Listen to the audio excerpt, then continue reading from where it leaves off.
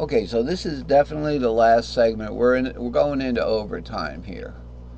We were supposed to get into and finishing up. Now I have it over here on the chart because I didn't have room. This is the barred version of what we just did. If you wanted to play it, now we're not going to play this on the bar because we wouldn't be able to reach these notes. So the easier version of this was what we were playing basically in the key of A. Okay, so if we took this way up here on the bar, we were doing the same thing we were doing, just an octave above it. So we would start 5, 6.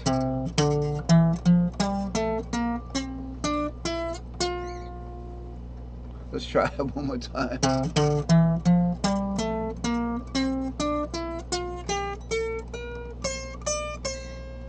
Okay, and let's go back to this one. I'll show you we can play that same thing we just played. Okay, from up here.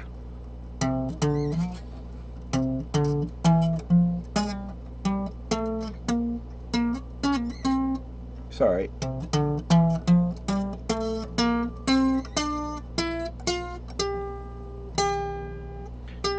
Ah, I can reach the equal octave here, the same note, because they're so high up. Remember we talked about that? I can make that now.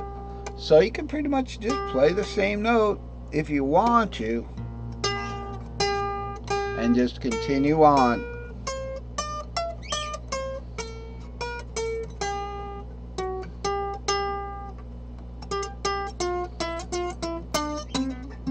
Now, I have to look at the guitar, but when I know I'm in that big pattern,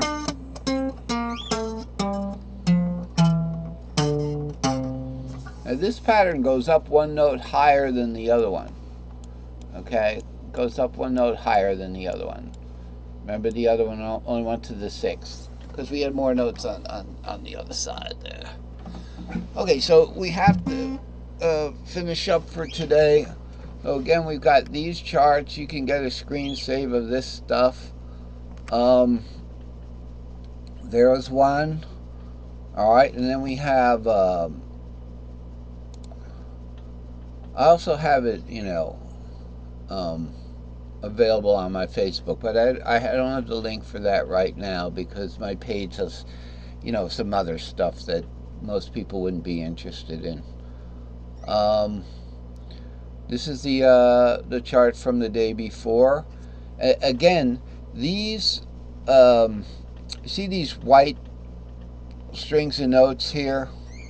Now they could be, if this was if R was the key of A, okay, then the third one would be a black. This would be a black note, and this would be B natural. Okay, this would be C sharp. This would be B natural. So there's, so it's fun because now we're not just limited to the black and the white, or with the colors here. This could be anything. So that's why I'm free to make colors, and I can make flag colors. Yeah, I did that red, white, and blue just to see what it'll look like. But really, I mean, people have like birds flying on their fretboard. That's pretty and everything. And I'm sure there's a little system, you could use. Hey, there's the wing. The wing is right next to my favorite key, and all that stuff. And that's kind of what the dots are too. The dots are interesting because there's a dot on the I guess 0, 1, 2, the 3rd fret, the 6th fret, the 3rd fret, 4th, 5th fret, 6th, 7th fret. That happens to say 7 there, and then again on the octave rather, then the 9th, and then on the octave. That's where there's dots. So people use whatever they're going to use to find their notes. Anyway, you have the other charts here. This is a nice one. Okay, where I've actually cut them out like that. I've cut up this big keyboard here. This is the one that's warped. This is the real keyboard. Cut that up. Whoop, wrong way. Cut that up, and this is what you get. And this is I did the unwarp too. So we have the 7. The Ionian, the Dorian starts on the 2. The Ionian starts on the 7. On the root. The Phrygian starts on the 3rd. That's a minor. That's an interesting minor on my keyboard. Okay, 3, 4, 5, 6, 7, root. Sounds like better watch out. Better not cry. Better not pout. I'm telling you why. Okay, then 2, 3, 2, 3, 4. So that's the Phrygian minor. It's a different minor than the Dorian minor. The Dorian is 2, 3, 4, 5, 6, 7. Okay, so that 7 is always kind of got that augmented sound to it, and so you got those 2 minors, and then you have over here you got the Aeolian minor. Why is a G next to the Aeolian minor? Because in the key of C, the G is the 5th. Well, it just works out that way, that the G shape the bottom string starts on the 6th. So I put the G shape there because that's where it is. And you can do it anywhere. You can do it from the A.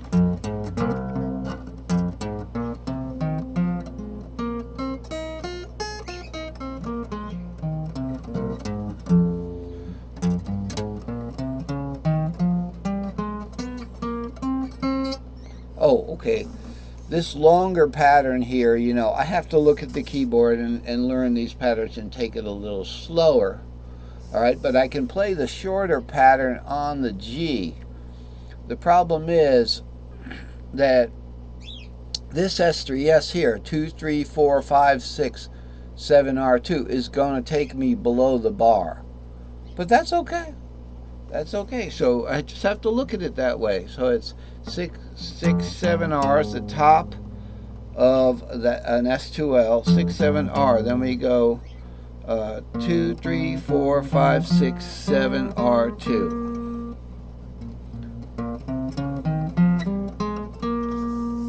Okay, and that would be up to this 2 here.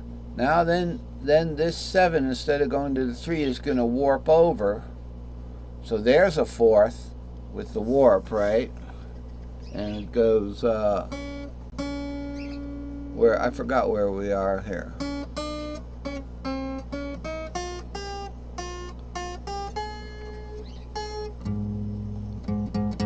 Now, why does that sound good?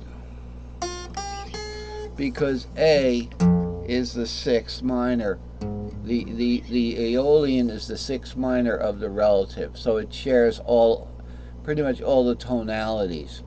All of these share the same notes with the root. Okay, it's just where you start from makes it different. That I had to learn in music. I had to learn that.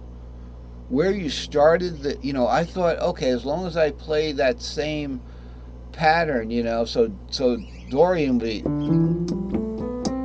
And on piano, you're likely to start it on the D and end it on the D. But I looked it up on the internet to get the spelling and the pronunciation of the modes. And the definition of Mixolydian, okay, down here, Mixolydian with the 5th is Mixolydian is playing all the white keys on the piano, starting from the G and ending on the G. Okay, so it's got all the white keys are the same keys no matter what, right? They're all the same keys, but you start on the G and end on the G, and it gives you a different sound. It's the same keys.